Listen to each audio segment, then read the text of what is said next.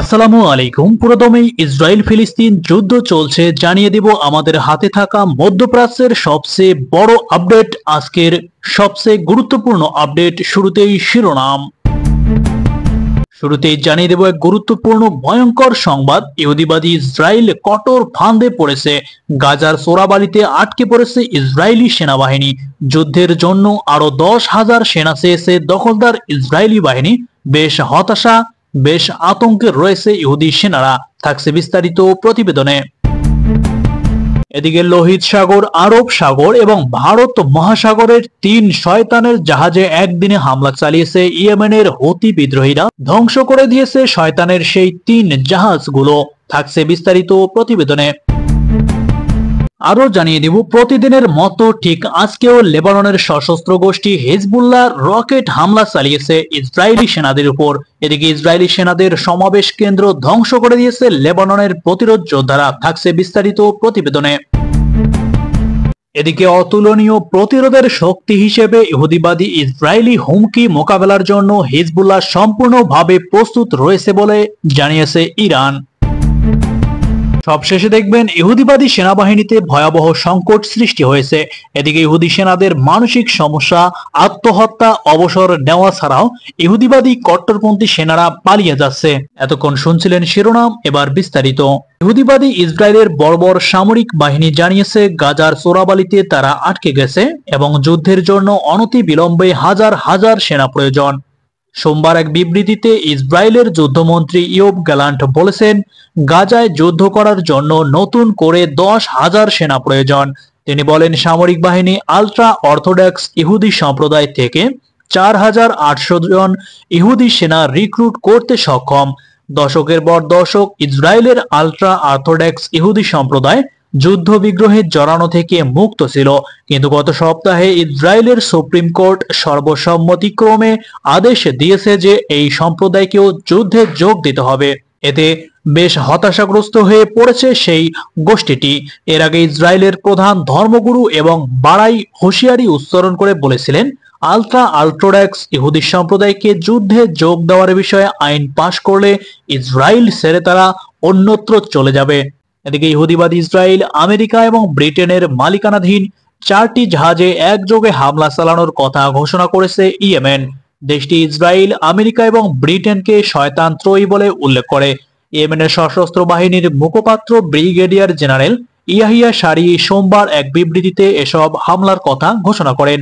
তিনি বলেন, আরব সাগরে ইসরায়েলি জাহাজ এমএসসি ইউনিফিক লক্ষ্য করে বেশ কয়েকটি ক্রুজ ক্ষেপণাস্ত্র দিয়ে প্রথম অভিযানটি চালানো হয়।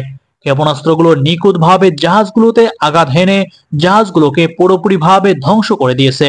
মুখপাত্র বলেন, লোহিত সাগরে মার্কিন তেল ট্যাঙ্কার ডেলোনিক্সকে লক্ষ্য করে বেশ কয়েকটি ব্যালিস্টিক এবং ক্রুজ ক্ষেপণাস্ত্র দিয়ে দ্বিতীয় হামলাটি চালানো হয়। লোহিত সাগরে মার্কিন জাহাজের বিরুদ্ধে চলতি সপ্তাহে এটি ছিল আমাদের দ্বিতীয় হামলা। এদিকে তৃতীয় হামলাটি ভারত মহাসাগরে ব্রিটিশ ল্যান্ডিং জাহাজ অ্যানভিল পয়েন্টকে লক্ষ্য করে চালানো হয় বলে জানিয়েছে ইয়েমেনের সেনা মুখপাত্র, এবং তিনি বলেছেন, ওই জাহাজটিতেও বেশ কয়েকটি ক্রুজ ক্ষেপণাস্ত্র নিক্ষেপ করা হয়, যেগুলো খুবই নিখুঁতভাবে সরাসরি জাহাজটিতে আঘাত হেনেছে। এদিকে লেবাননের ইসলামী প্রতিরোধ আন্দোলন হিজবুল্লাহ ইহুদিবাদী ইসরায়েলের সেনা সমাবেশে লক্ষ্য করে সেখানে ধ্বংসাত্মক হামলা চালিয়ে সেখানের সমাবেশ কেন্দ্রকে পুরোপুরিভাবে নিশ্চিহ্ন করে দিয়েছে। দক্ষিণ লেবানন থেকে উত্তর ইসরায়েল লক্ষ্য করে রকেট হামলা চালালে ওই সমাবেশ কেন্দ্রটি ধ্বংস হয়।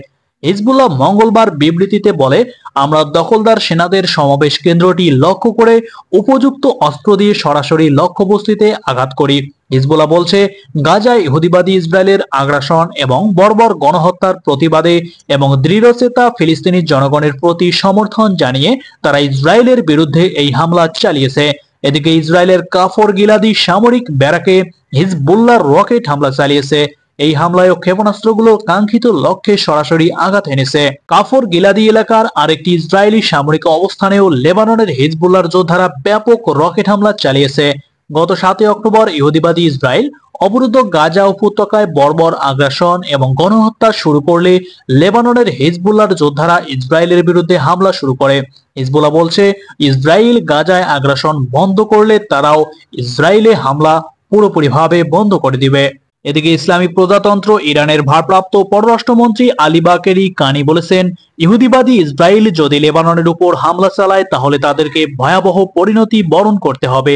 দখলদার ইসরায়েলের যে কোনো হুমকি মোকাবেলার জন্য লেবাননের প্রতিরোধ আন্দোলন হিজবুল্লাহর যোদ্ধারা সম্পূর্ণভাবে প্রস্তুত রয়েছে বলেও জানান তিনি। তুরস্কের পররাষ্ট্রমন্ত্রী হাকান ফিদানের সঙ্গে সোমবার এক ফোনালাপে এসব কথা বলেন তিনি। ইসরায়েল যখন লেবাননের বিরুদ্ধে সর্বাত্মক যুদ্ধের হুমকি দিচ্ছে, তখন ইরানের পররাষ্ট্রমন্ত্রী এই হুঁশিয়ারি উচ্চারণ করলেন। তিনি হিজবুল্লাহকে অতুলনীয় প্রতিরোধ শক্তি হিসেবে আখ্যায়িত করলেন। বাকেরি কানি বলেন, ইসরায়েলের জানা উচিত যে তারা লেবাননে নতুন করে ভুল করলে তাদের জন্য আঞ্চলিক পর্যায়ে নতুন পরিস্থিতি তৈরি হবে এবং তারা এই ক্ষতি কখনো পুষিয়ে উঠতে পারবে না। এদিকে গাজার বিরুদ্ধে ইহুদিবাদী ইসরায়েলের দীর্ঘস্থায়ী যুদ্ধ এবং প্রতিরোধ শক্তির বিজয়ের ধারাবাহিকতায় ইহুদিবাদী সেনাবাহিনীতে জনবল সংকট ক্রমাগত বেড়েই চলেছে। ইসরায়েলের চ্যানেল 12 জানিয়েছে, 7 অক্টোবর 2023 সালে আল আকসা তুফান অভিযান শুরুর পর থেকেই গাজায় ইসরায়েলি গণহত্যা চালানোর পর অন্তত 900 জন সেনা অধিনায়ক এবং মেজর অবসর নেওয়ার আবেদনপত্র জমা দিয়েছে। এদিকে প্রতিবেদনটি আরো জানিয়েছে, ইহুদিবাদী এই চ্যানেলটি বলে, ইহুদিবাদী সেনা কর্মকর্তাদের মধ্যে অবসর নেওয়ার জন্য দরখাস্ত দেওয়ার পরিমাণ এর আগে শখানেকের মতো ছিল।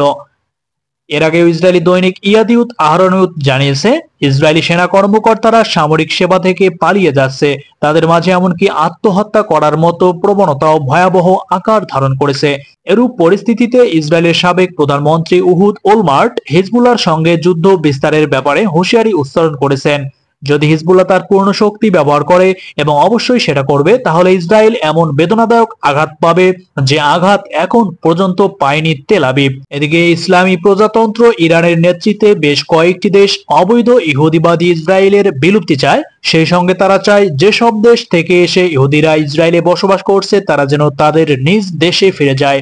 প্রিয় বন্ধুগণ, এই ছিল আজকে 3 জুলাই 2024-এর সর্বশেষ আন্তর্জাতিক সংবাদ।